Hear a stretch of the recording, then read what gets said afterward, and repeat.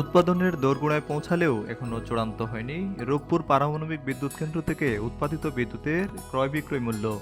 ফলে প্রশ্ন উঠেছে, বহুল আলোচিত এ প্রকল্পের বিদ্যুৎ শেষ পর্যন্ত কত টাকায় পাওয়া যাবে এবং তা সাধারণ মানুষের নাগালের মধ্যে থাকবে কিনা।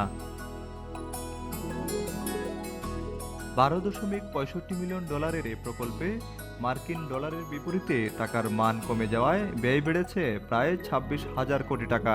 সব মিলিয়ে প্রকল্প ব্যয় দাঁড়িয়েছে প্রায় 1,38,500 কোটি টাকার বেশি।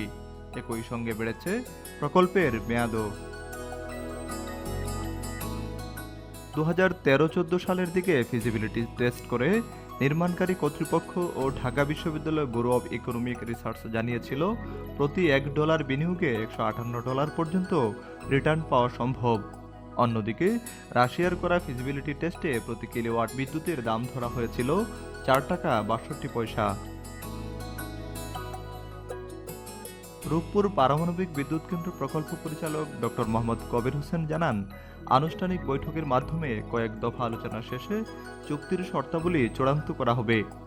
এরপর বিদ্যুতের মূল্য নির্ধারণ নিয়ে আলোচনা এগোবে।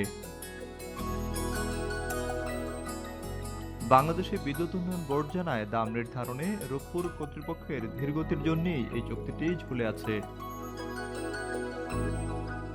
Desk report, B News 24।